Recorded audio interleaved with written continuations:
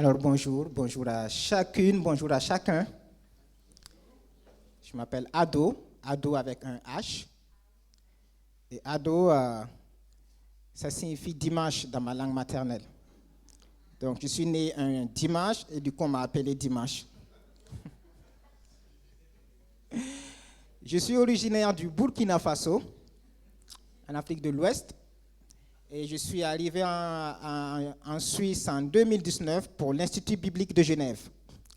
Donc, comme dit par Rico et par Evelyne, voilà, je continue ma formation. Je ne suis pas encore pasteur. Je fais un stage pastoral. Donc je dois soutenir et défendre mon mémoire en juin 2024. Et donc, cette année, j'ai pu commencer le stage avec Kids Team et Evelyne est ma formatrice. Et tout se passe bien par la grâce de Dieu. Alors, ce matin, je suis vraiment content d'être là parce que j'ai vécu 2 années dans la colocation ici, juste en haut. J'étais au 2e étage et c'est une grande joie de revoir Jarod et puis j'ai oublié... Ouais, mais ils sont là, des gens que j'ai rencontrés ici. Et puis, je ne sais pas si Quentin a pu venir aussi, je l'avais invité, mais bref. Donc, ça fait plaisir de vous revoir aussi. Ce n'est pas ma première fois de venir ici pour la prédication. Je remercie le pasteur Rico qui m'a invité à revenir. Merci beaucoup. Et depuis ce matin, je vois vraiment comment le Seigneur conduit les choses. Parce qu'à travers les chants, à travers la lecture, ce verset qu'on a eu, ce passage biblique, le psaume 34 qu'on a eu quand même du mal à mémoriser, mais qui est en étroite lien avec la prédication de ce matin, surtout le verset 6 qui nous dit « Quand on tourne les regards vers lui, on est rayonnant de joie ». Et ça m'avait beaucoup parlé. J'ai dit « Mais tiens, tourner les regards vers le Seigneur ». En préparant cette prédication, j'avais le chant tourner les regards vers le Seigneur qui me venait à l'esprit. Et ce matin, on en a parlé. Et aussi que Claire nous a parlé du fait que quand on se confie en l'Éternel de tout son cœur, ou du moins que l'Éternel nous appelle à nous confier à lui de tout notre cœur et de ne pas nous appuyer sur notre intelligence. Merci à la technique. Et en fait, ça nous conduit tout droit, à cette prédication.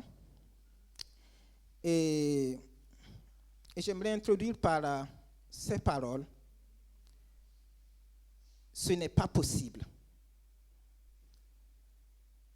Et en fait, vous est-il déjà arrivé d'être confronté à un problème, à une difficulté si grande, au point que vous en arriviez à cette conclusion fataliste? Ce n'est pas possible, je ne peux pas, je ne vais pas m'en sortir. Cette fois-ci, ce n'est plus possible. Mon sort est scellé, je n'y arriverai pas. Devant certaines situations de la vie, l'homme peut désespérer. Nous pouvons désespérer parce que nous n'avons pas assez de moyens. Nous n'avons pas assez de ressources. Nous nous sentons seuls contre la montagne qui se dresse devant nous. Et nous nous disons, comment est-ce que je peux m'en sortir? Mais nous oublions assez souvent qu'il y a quelqu'un qui a toujours le dernier mot. Et tant que cette personne ne s'est pas encore prononcée, alors nous pouvons dire, c'est encore possible. Et combien de fois nous oublions de nous tourner vers cette personne? Et c'est en grande partie ce que nous dit ce récit sur la multiplication des pains et des poissons en Jean 6. C'est en grande partie le message qui ressort. Et je vous invite à lire avec moi. Jean 6, nous lisons les versets 1 à 15. Je vais lire dans la version seconde 21.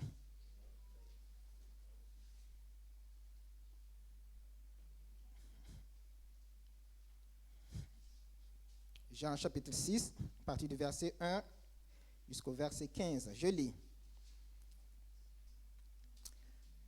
Après cela, Jésus s'en alla de l'autre côté du lac de Galilée, au lac de Tibériade. Une grande foule le suivait parce que les gens voyaient les signes miraculeux qu'il faisait sur les malades. Jésus monta sur la montagne et là, il s'assit avec ses disciples. Or, la Pâque, la fête juive, était proche. Jésus leva les yeux et vit une grande foule venir vers lui. Il dit à Philippe, « Où achèterons-nous des pains pour que ces gens aient à manger ?» Il disait cela pour le mettre à l'épreuve, car lui-même savait ce qu'il allait faire. Philippe lui répondit, « Les pains qu'on aurait pour 200 pièces d'argent ne suffiraient pas pour que chacun en reçoive un peu. » Un de ses disciples, André, le frère de Simon-Pierre, lui dit, « Il y a ici un jeune garçon qui a 5 pains d'orge et 2 poissons. Mais qu'est-ce que cela pour tant de monde ?» Jésus dit, « Faites asseoir ces gens. » Il y avait beaucoup d'herbes à cet endroit. Ils s'assirent donc au nombre d'environ 5000 hommes. Jésus prit les pains, remercia Dieu et les distribua aux disciples qui les donnèrent à ceux qui étaient là. Il leur distribua de même des poissons autant qu'ils en voulurent. Lorsqu'ils furent rassasiés, il dit à ses disciples, « Ramassez les morceaux qui restent afin que rien ne se perde. » Ils les ramassèrent donc et ils remplirent 12 paniers avec les morceaux qui restaient des 5 pains d'orge après que tous eurent mangé. À la vue du signe miraculeux que Jésus avait fait, ces gens disaient, « Cet homme est vraiment le prophète qui doit venir dans le monde. » Cependant, Jésus, sachant qu'ils allaient venir l'enlever pour le faire roi, se retira de nouveau sur la montagne tout seul. Oui, Dieu et Père, merci pour ce culte. Merci pour ces moments d'adoration. Oui, nous t'avons chanté et nous avons appris aussi, Seigneur, que tu attends, Seigneur, qu'on s'appuie sur toi. Je te prie pour ta parole qui nous parle, qui nous vivifie. Je te prie que tu disposes nos cœurs maintenant aussi encore, que ta parole trouve sa place dans chaque cœur. Tu connais mon frère, tu connais ma soeur, tu nous connais, nous sommes tes enfants. Rien n'est caché devant toi. Tu sais ce qui nous préoccupe, Seigneur. Donne-nous, Seigneur, d'avoir ce temps pour toi. Au nom de Jésus, ton Fils. Amen. Alors, les mots après cela, qui commencent, le verset 1 commence par « après cela », vous l'avez vu. Alors, ça nous renvoie au chapitre 5. Et au chapitre 5, Jésus avait guéri un paralytique qui était couché au bord devant la piscine de Bethesda. Et c'est depuis ce temps-là que les Juifs ont commencé à s'opposer vraiment à lui. C'est depuis ce temps qu'ils ont commencé à comploter pour dire, mais ce gars, il faut qu'on le tue. Parce qu'il avait fait ce miracle un jour de sabbat. Et l'homme qui avait été guéri a donné l'info comme quoi c'est Jésus qui l'avait guéri. Et une grande partie de ce chapitre 5 contient ces temps de dispute, mais aussi ces moments où Jésus explique encore qui il est à ces Juifs qui ne comprennent pas. Il prend du temps pour leur expliquer qu'il est venu du Père. Et il leur dit en fait, si vous ne me croyez pas, mais regardez les œuvres que je fais. Mes œuvres témoignent de moi. Mais finalement, Jésus arrive à une conclusion. Il en arrive à leur dire, et vous ne voulez pas venir à moi pour avoir la vie. Et ça, c'est quand même triste de voir à quel point on peut être incrédule, à quel point on peut avoir un voile, à quel point on peut privilégier le respect du sabbat au miracle qui venait de se passer. Et dans ce que nous venons de lire, nous sommes encore dans un autre miracle. Et le titre que je voulais vous proposer ce matin, c'est « Ce Jésus si près que nous ne voyons pas ». Ce Jésus si près, il est tellement à côté de nous que nous ne le voyons pas.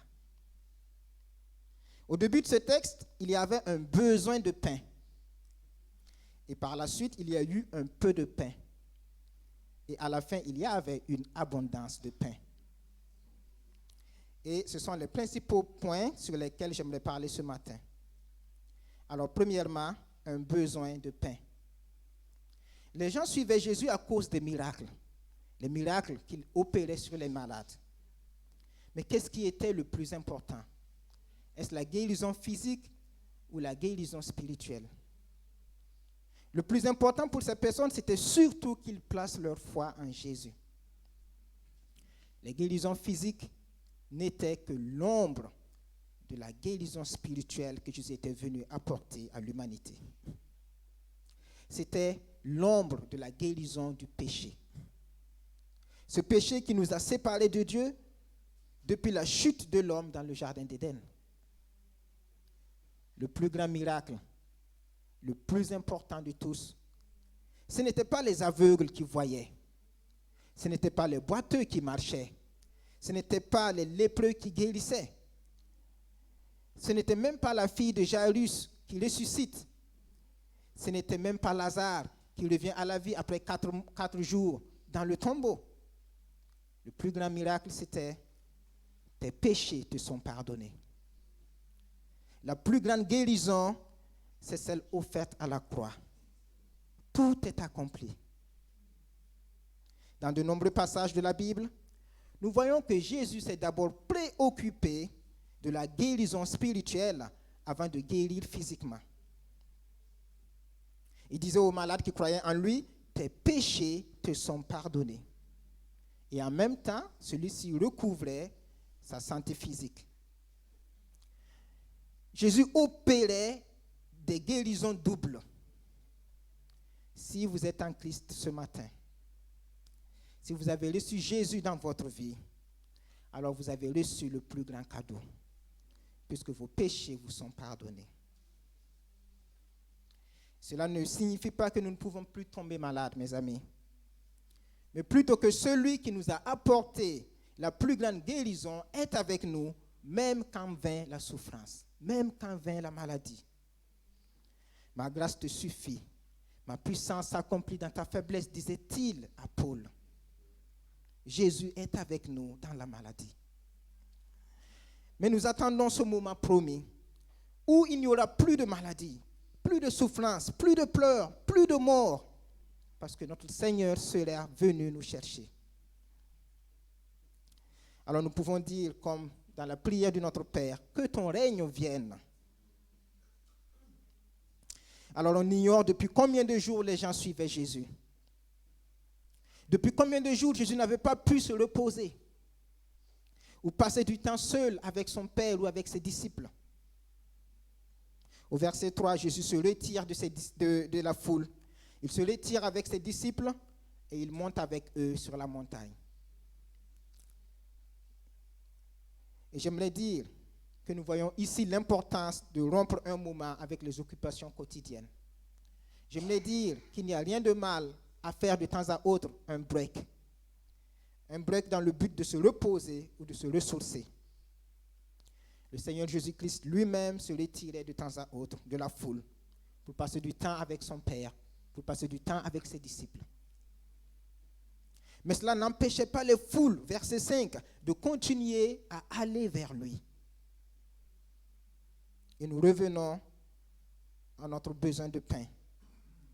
Les synoptiques, Matthieu, Marc et Luc, rapportent que les disciples ont suggéré à Jésus de renvoyer la foule afin qu'elle aille dans les campagnes des environs pour se loger et pour trouver de quoi manger, car ils se trouvaient dans un endroit désert.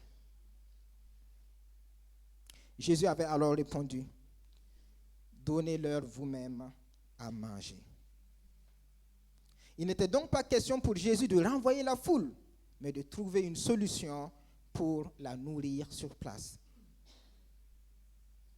Et Jean nous relate que Jésus a particulièrement soumis la question à Philippe, l'un de ses disciples. « Où achèterons-nous des pains pour que ces gens aient à manger ?» Et là, on se dit, pauvre Philippe, dans un désert, le Seigneur lui pose une telle question. Mais pourquoi est-ce que Jésus voulait nourrir cette foule? Parce qu'il y a un autre récit assez similaire à celui-ci, qui est relaté en Matthieu 15, où Jésus voulait nourrir une autre foule. Parce que lui-même, il craignait que des forces ne viennent à leur manquer quand ils rentreront chez eux. Mais dans ce récit-ci, Jean relie le désir de Jésus de nourrir la foule avec l'approche de la Pâque. Relisons les versets 4 et 5. Or, la Pâque, la fête juive, était proche. Jésus leva les yeux et vit une grande foule venir vers lui. Il dit à Philippe, « Où achèterons-nous des pains pour que ces gens aient à manger ?» L'approche de la Pâque et le besoin de pain étaient en fait liés. Autrement, le verset 4 n'avait pas sa raison d'être.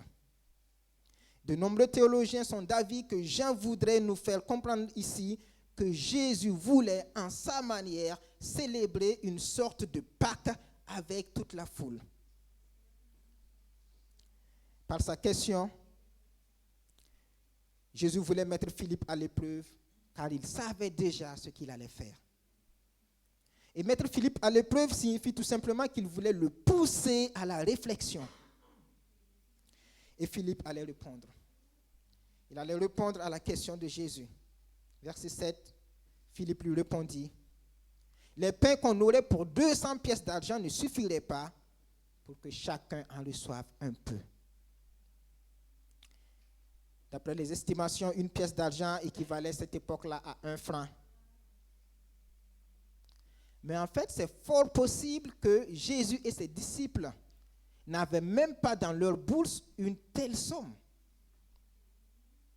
Philippe était en train de dire, en fait, même s'ils achèteraient du pain pour 200 pièces d'argent qu'ils n'avaient probablement pas, cela ne suffira pas pour donner un petit bout à chaque personne. En fait, on voit que le besoin était énorme. C'était gigantesque. Il y avait des milliers de personnes. Et en fin de compte, Jésus doit renoncer à cette idée. Il doit renoncer au projet. Jésus devrait dire, comme nous le disons assez souvent, ce n'est pas possible. Certes, Philippe avait raison. Il avait raison dans ses estimations. Mais est-ce qu'il avait vraiment répondu à la question de Jésus? La question de Jésus n'était pas que Philippe fasse des estimations. Jésus ne demandait pas de calculer. Jésus demandait un lieu. Jésus demandait un endroit. Jésus demandait une personne. Où achèterons-nous du pain? Et on pourrait dire, reformuler, chez qui? Chez qui est-ce que nous pourrions acheter du pain? Chez quel boulanger? Et en fait, Jésus demande à Philippe de réfléchir effectivement à une boulangerie ou à un boulanger capable de fournir ou de produire autant de pain pour les milliers de personnes qui étaient présentes. Mais Philippe, lui, il pense tout de suite à l'argent. Ah, même si on aurait des pains pour 200 pièces, ça ne suffirait pas. Ce n'est pas la question de Jésus. Combien de fois, comme Philippe, nous nous sommes arrêtés à notre capacité financière? Combien de fois nous sommes restés bloqués? Combien de fois nous avons renoncé parce que l'argent nous faisait défaut?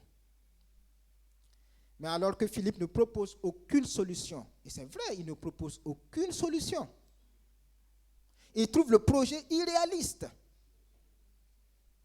Mais André, un autre disciple de Jésus, André le frère de Simon-Pierre, lui, il a une information à passer à Jésus. Lui, il semble avoir trouvé du pain. Un besoin de pain. Deuxièmement, un peu de pain. Jésus n'avait pas dû être surpris de la réponse de Philippe. Il le connaissait et désirait qu'il grandisse un peu plus dans sa foi. Et c'est un peu plus loin au chapitre 14 que l'on se rend compte que Philippe avait besoin de grandir effectivement. En Jean 14, Jésus déclarera à ses disciples, « Si vous me connaissiez, vous connaîtriez aussi mon Père. Et dès maintenant, vous le connaissez et vous l'avez vu. » Jean 14, verset 7. Et le même Philippe qui répond à Jésus, « Seigneur, montre-nous le Père et cela nous suffit. » Et Jésus lui dit, « Il y a si longtemps que je suis avec vous et tu ne me connais pas, Philippe. Celui qui m'a vu a vu le Père. Comment peux-tu dire, montre-nous le Père? Ne crois-tu pas que je suis dans le Père et que le Père est en moi? Et on voit alors où Philippe en était avec sa foi. On comprend mieux pourquoi dans ce chapitre 6, Jésus veut le pousser à la réflexion. Le pousser à se tourner vers celui qui peut tout dans une situation où même 200 pièces d'argent ne peuvent pas résoudre. Le Seigneur nous connaît et il nous aime. Et suivant certaines situations de la vie, il nous pousse à grandir dans notre foi, à davantage lui faire confiance, à reconnaître que lui seul est capable de répondre aux problèmes. L'argent n'est pas mauvais tant qu'il ne devient pas une idole. Cependant, il ne peut pas tout résoudre. André n'a pas attendu d'être sollicité. Quand il a entendu la question posée à Philippe, il a entrepris visiblement une démarche personnelle. Il a apparemment voulu savoir si des gens avaient apporté des pains avec eux. Il est allé à la recherche d'une solution. André a fait probablement des investigations et dans ses recherches, il a trouvé un jeune garçon qui avait avec lui 5 pains et 2 poissons. Oui, André a pris une initiative personnelle. Et ce n'est pas très surprenant quand on considère sa vie depuis sa conversion. Déjà au chapitre 1, André avait pris l'initiative de suivre Jésus après que Jean-Baptiste avait témoigné que Jésus est l'agneau de Dieu qui ôte le péché du monde. Et ensuite, c'est le même André qui va trouver son frère Simon-Pierre et qui le conduit à Jésus. Il dira à Pierre, nous avons trouvé le Messie. Et il l'amène à Jésus. Mais quand nous regardons, quand nous lisons les évangiles et le récit des actes des apôtres, et même dans les épîtres, André, on ne le voit pas, hein? On ne le voit pas trop, André, par rapport à Simon-Pierre, celui qu'il est allé chercher et amener à Jésus. C'est le disciple qui s'efface. Mais combien important a été son ministère. Et à nouveau, ici dans ce récit, c'est André qui prend à nouveau l'initiative, qui cherche et qui trouve ce jeune garçon avec les pains et les poissons. Même si André est découragé devant la quantité de nourriture qu'il a trouvée et le nombre de personnes à nourrir, il ne se prive pas de passer l'information à Jésus. Et nous, à sa place, on aurait pu se dire, j'ai trouvé 5 pains et 2 poissons. Est-ce que ça vaut la peine d'en informer le maître? Ouais, c'est pas la peine. Non, je laisse tomber. Non, ça ne vaut pas la peine. André a passé l'information quand même à Jésus. Il y a ici un jeune homme qui a 5 pains d'orge et 2 poissons. Un jeune garçon qui suivait Jésus, qui s'intéressait à lui. Un jeune garçon qui accepte remettre ses pains et ses poissons quand même. Connaissant les enfants, c'est pas souvent ça. Alors il avait probablement déjà 10 ans et plus. Et je pense que peut-être que si c'était nous, ce ne serait même pas aussi évident. Hein? Tu peux me remettre tes 5 pains et tes 2 poissons là, je vais le mettre au Seigneur. Moi j'attendais de valider mon déjeuner avec ça, ou bien, ouais, c'est mon repas du jour. Voilà. Mais cet enfant qui remet, apparemment sans broncher, en toute confiance, qui remet ses pains et ses poissons. Et André apporte ce peu qu'il a reçu à Jésus. Nos petites choses ne sont pas insignifiantes aux yeux du Seigneur. C'est ce que j'aimerais vous dire aussi. En fin de compte, Jésus ne nous demande pas de faire de grandes choses. Pourquoi? Parce que c'est lui qui multiplie. Le jeudi passé, j'étais allé visiter un couple ami. Et puis on avait pris le repas, on avait soupé ensemble. Et le mari me disait qu'il est intéressé par la théologie, il est intéressé par le ministère Mais il a tellement peur de prêcher. Pour lui, il n'est pas question de prêcher l'Ancien Testament, il me disait.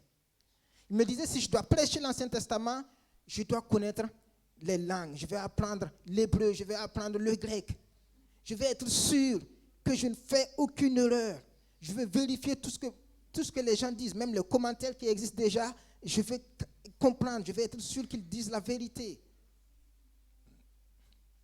Et j'avais avant entendu que ce monsieur, pour lui, il n'était pas question de faire un institut biblique. Non, il faut viser plus grand. Il faut faire une faculté de théologie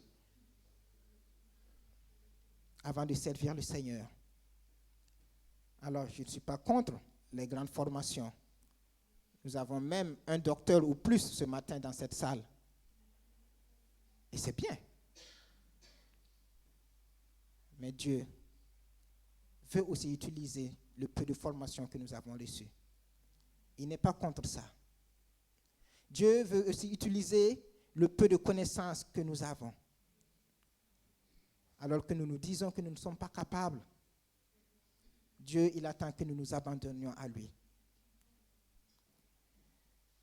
Le Seigneur considère toutes les petites choses que nous faisons pour lui.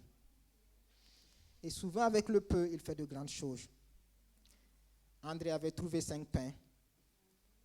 Jésus pourra-t-il nourrir les 5000 personnes qui étaient là avec leurs familles, donc leurs femmes et leurs enfants, avec ces 5 pains et ces 2 poissons? La réponse est oui. Oui, il est capable de transformer le peu en abondance. Un besoin de pain, un peu de pain, une abondance de pain. Jésus répond en quelque sorte lui-même à la question qu'il avait posée à Philippe. Dès qu'il reçoit l'information d'André, il donne l'ordre de faire asseoir les gens. Environ 5000 hommes qui s'assoient par groupe de 50 selon le rapport de Luc en Luc 9. Chaque homme avait certainement sa famille à côté de lui. Et c'est intéressant de voir qu'aucun disciple ne discute la volonté du Seigneur. Personne ne pose la question pourquoi. Personne ne dit mais à quoi ça va servir? Et non seulement les disciples obéissent, mais aussi la foule obéit. Verset 11, Jésus prit les pains, remercia Dieu et les distribua aux disciples qui les donnèrent à ceux qui étaient là. Il leur distribua de même des poissons avant, autant qu'ils en voulurent. C'est ici la réponse de la question posée à Philippe. Où achèterons-nous des pains pour que ces gens aient à manger? Une telle boulangerie semblait impossible à trouver dans un lieu désert. Mais l'idée de Jésus n'était pas utopique. Il voulait pousser Philippe à lui faire davantage confiance, à se tourner vers celui qui peut tout dans un moment où l'homme et l'argent ne peuvent pas. Le boulanger chez qui on pouvait acheter autant de pain pour toutes ces personnes, c'était en fait Jésus lui-même. Jésus remercie Dieu au verset 11. Il remercie son Père qui a exaucé la multiplication. Mais nous savons que le Père exauce toujours le Fils. Le résultat est extraordinaire. Tout le monde mange à satiété. Les restes remplissent même 12 paniers. Et la raison des 12 paniers, c'est que chaque disciple avait un panier. Jésus a ainsi, en quelque sorte, mangé la Pâque avec ses disciples et avec toute la foule. Tous les hommes, femmes et enfants qui étaient là. Cette foule qui suivait Jésus à cause des guérisons est maintenant d'autant plus impressionnée par ce miracle-ci. Désormais, ils font un pas en avant dans leur foi. Ils reconnaissent Jésus comme le prophète qui devait venir dans l'Ancien Testament, Deutéronome 15, 18. Et Moïse avait recommandé aux Israélites d'écouter ce prophète.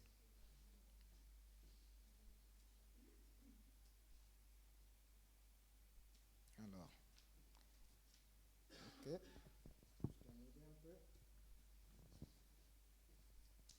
La foule était maintenant convaincue que cette prophétie s'était réalisée. Et ils n'avaient plus qu'une seule chose à l'esprit, ils voulaient couronner Jésus comme roi. Mais cela montre à nouveau qu'ils n'avaient pas compris qui il était. Ils n'avaient pas compris pourquoi il était là.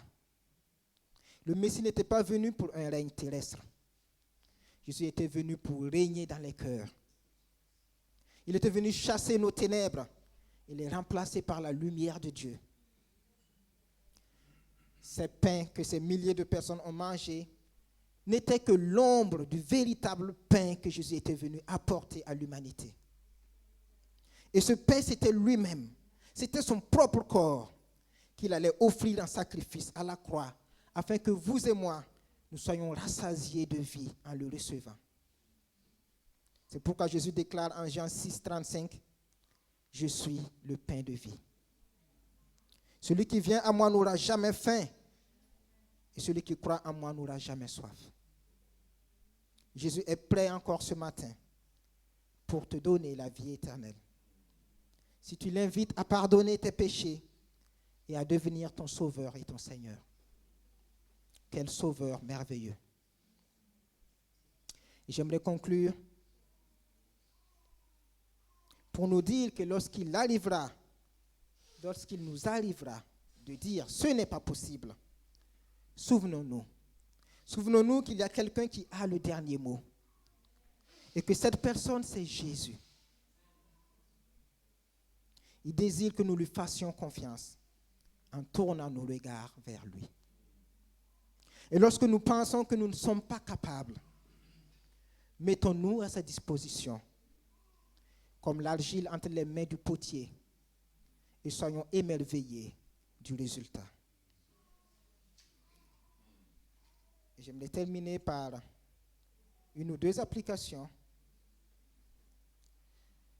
Une personne avait dit à son pasteur, « Je veux bien que Jésus soit mon sauveur, mais je ne veux pas qu'il soit mon Seigneur. » Cela signifie qu'elle accepte volontiers le salut que Jésus lui offre. Mais pour ce qui concerne sa vie privée, Jésus doit se tenir à l'écart. Je pense que si elle avait été ce jeune garçon, elle n'aurait pas rendu donner ses 5 pains et ses 2 poissons. Mais j'aimerais vous dire ce matin, j'aimerais nous dire ce matin, alors là, ce n'est vraiment pas possible. Si Jésus est sauveur, il est aussi Seigneur. Et nous pouvons alors nous inviter à une introspection. Est-ce qu'il y a des domaines dans ma vie où Jésus n'est pas Seigneur? Et nous pouvons nous examiner. Est-ce que nous lui donnons toute la place? Jésus attend que nous l'impliquions dans tous nos projets de vie. Alors nous pouvons être émerveillés de voir l'architecte façonner nos vies. Je vais encore prier.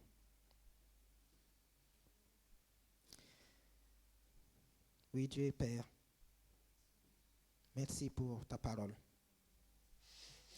Merci pour ce rappel qui nous montre combien tu es puissant et combien tu n'es jamais dépassé. Tu vois combien nous sommes petits, tu vois combien nous paniquons, tu vois combien nous stressons devant les problèmes de la vie. S'il te plaît, fortifie-nous. Aide-nous à grandir un peu plus. Aide-nous à voir ton Fils si près de nous. Que nous puissions nous tourner vers celui qui peut tout et lui dire, c'est toi le boulanger. C'est toi qui peux offrir autant pour toutes ces personnes. Seigneur, combien de fois nous t'avons mis de côté en voulant faire les choses par nous-mêmes et combien de fois nous avons échoué. S'il te plaît, aide-nous à te voir. Aide-nous à faire de toi non seulement notre Sauveur, mais aussi notre Seigneur. Encourage chacun de nous ce matin, Seigneur. Et que nous puissions lever la tête à nouveau et regarder à toi et te remettre, Seigneur, les géants qui sont devant nous. Merci pour ta présence. Merci pour ta fidélité. Merci parce qu'il n'y a rien au-dessus de toi. Seigneur, tu es capable de tout. Encourage mon frère, encourage ma soeur. Bénis ton peuple ce matin. Au nom de Jésus, ton Fils. Amen.